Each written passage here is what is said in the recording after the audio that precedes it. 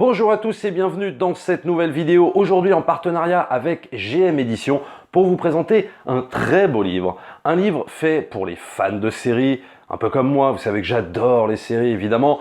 Ça s'appelle Sérirama, le guide ultime des séries. Alors c'est un livre qui va traiter à peu près plus de 200 séries.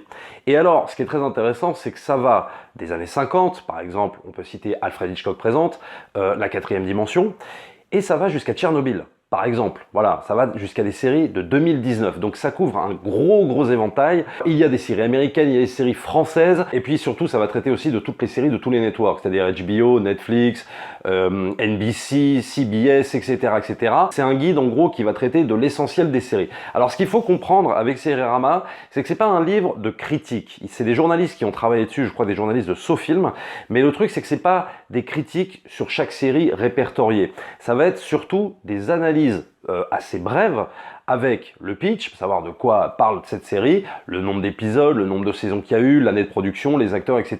Mais vraiment, faut pas s'attendre à un livre de critique. Est-ce que cette série est bien? Est-ce que cette série n'est pas bien? Ça va pas du tout être ça. Ça va être vraiment une brève analyse, un pitch, et de manière super efficace. Alors il va y avoir des séries sur lesquelles les journalistes vont un petit peu plus s'attarder, le texte sera un petit peu plus long, notamment sur des séries comme Game of Thrones ou Breaking Bad, c'est vraiment des séries pivots emblématiques.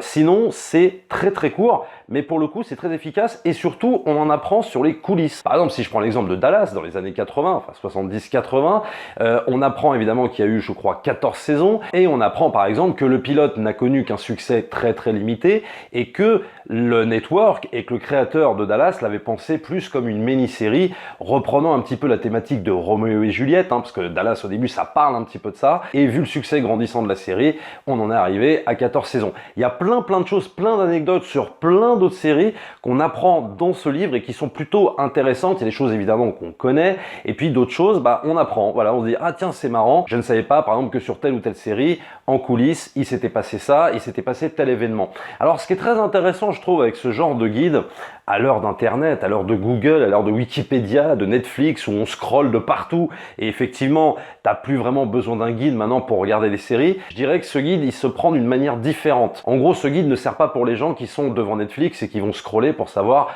quelle série il y a sur la plateforme, ou je sais pas, moi sur OCS, et ils se disent, tiens, qu'est-ce que je vais regarder de sympa? Moi, ce que j'aime particulièrement dans ce genre de guide, c'est qu'en fait, ça te plonge dans l'histoire des séries. Pour moi, c'est ça le véritable intérêt.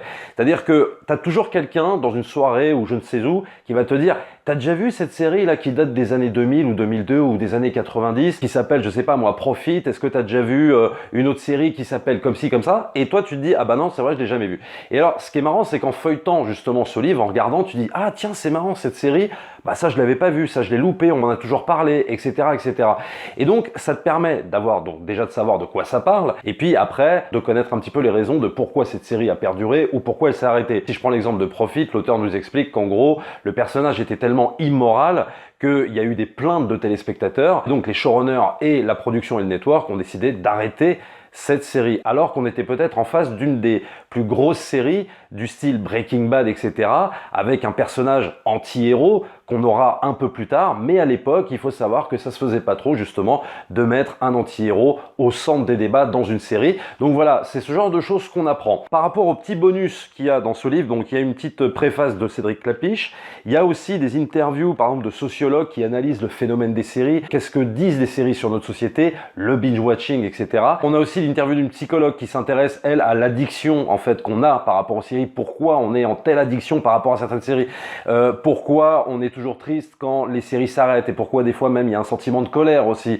qui s'ajoute à ça. Donc ça c'est toujours très intéressant parce que c'est des choses qui racontent beaucoup sur nous et notre rapport qu'on a par rapport aux séries télé et pourquoi certaines personnes, par exemple comme moi, avalent énormément de séries télé. Il y a aussi des dossiers intéressants, par exemple si je prends la page d'après The Big Bang Theory, on nous fait par exemple tout un dossier sur l'origine des rires dans les sitcoms. Ça c'est super intéressant parce que c'est vrai qu'on est habitué en fait, enfin en tout cas on avait été habitué dans les années 80-90 à toujours avoir des rires comme ça sur les sitcoms genre Friends et tout ça. Et là, on nous dit, mais d'où ça vient ces rires? Pourquoi ça a été inventé? Dans quel contexte? Pour quelle raison? Dans quel but? Et ça, c'est super intéressant. C'est un dossier qui s'appelle Lost Factory. Et donc, ça fait 2 pages et c'est super instructif, c'est super intéressant. On en sait un petit peu plus sur l'histoire des séries, ce qui a façonné les séries et les différentes méthodes, en fait, de comment certains producteurs et certains networks ont façonné les séries qui sont restées clairement dans l'histoire. Alors un truc dont je suis un peu moins fan et qui est assez récurrent dans le livre, c'est les recettes de cuisine selon certaines séries. Alors ça, peut-être certains fans vont y trouver leur compte, moi je trouve ça un petit peu anecdotique. Alors on va avoir la recette des macaronis au fromage dans Desperate Housewives, on va avoir la recette des spaghettis dans Les Sopranos, etc. Alors ça, il y a quelques trucs, les auteurs s'amusent un petit peu avec ça. Bon, c'est plutôt marrant. Moi, c'est pas ce qui me fait le plus kiffer dans le bouquin. Moi, c'est plus les dossiers, ce qu'on va apprendre sur les séries, et notamment quelque chose qui m'a beaucoup interpellé, quelque chose de très intéressant en fin de livre, c'est le lexique. En fait, c'est un petit lexique de série. Donc, on a parmi ce lexique, évidemment, avec les explications, des termes comme cliffhanger, comme showrunner, etc. Bon, des choses que beaucoup de sériphiles connaissent, bien évidemment. C'est les mots codes qu'on emploie quand on parle de séries télé, des twists, des crossovers, un pilote, etc. Mais on apprend quand même encore quelque chose. Par exemple, quelque chose que je ne savais pas et que je vais vous dire. Qu'est-ce que le syndrome Clair de Lune dans le monde des séries télé? Eh bah ouais, vous ne savez pas. Alors je vais vous dire ce que c'est que le syndrome Clair de Lune. C'est tout simplement une chute spectaculaire de l'intérêt des spectateurs d'une série une fois que les deux personnages principaux concrétisent leur relation.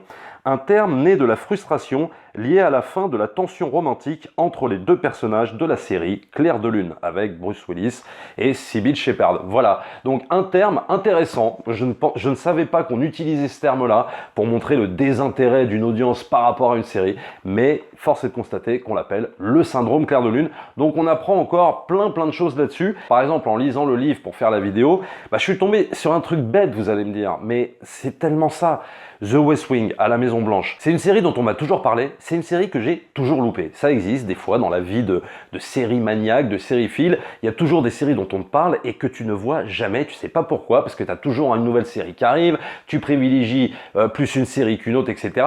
Et celle-là, qui est ultra connue, qui a eu 7 saisons, je suis toujours passé à côté. Et en feuilletant le bouquin, je tombe là-dessus. Et forcément, ça me rappelle, c'est-à-dire ça me dit, bah oui, il faut absolument que je la voie, allez hop. Ce que je trouve super avec ce bouquin, c'est que ça va te rappeler justement toutes ces séries manquées en fait, toutes les séries que tu n'as pas pu voir. Donc au lieu des fois de te dire tiens allez je vais aller scroller sur Netflix voir ce qu'il y a, tu te regardes ça, tu te plonges là-dedans un peu et tu te dis tiens ça je l'ai pas vu, allez hop, je vais essayer de me la procurer d'une manière ou d'une autre. Alors c'est un livre très agréable avec de super belles photos pour illustrer justement les articles des séries en question.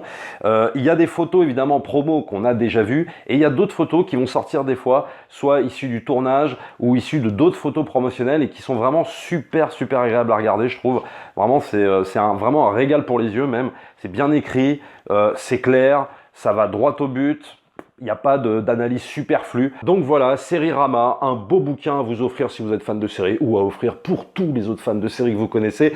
Donc comme je vous disais, c'est une exclusivité Fnac à 29,90 €. Je vous mettrai bien entendu le lien en description. Abonnez-vous à la chaîne, likez, partagez bien sûr comme d'habitude. N'hésitez pas aussi à me dire dans les commentaires quel type de série vous avez.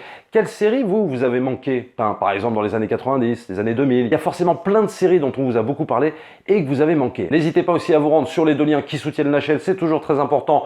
Le lien Tipeee, le lien Utip. Nous, on se retrouve très vite pour une prochaine vidéo. Ciao!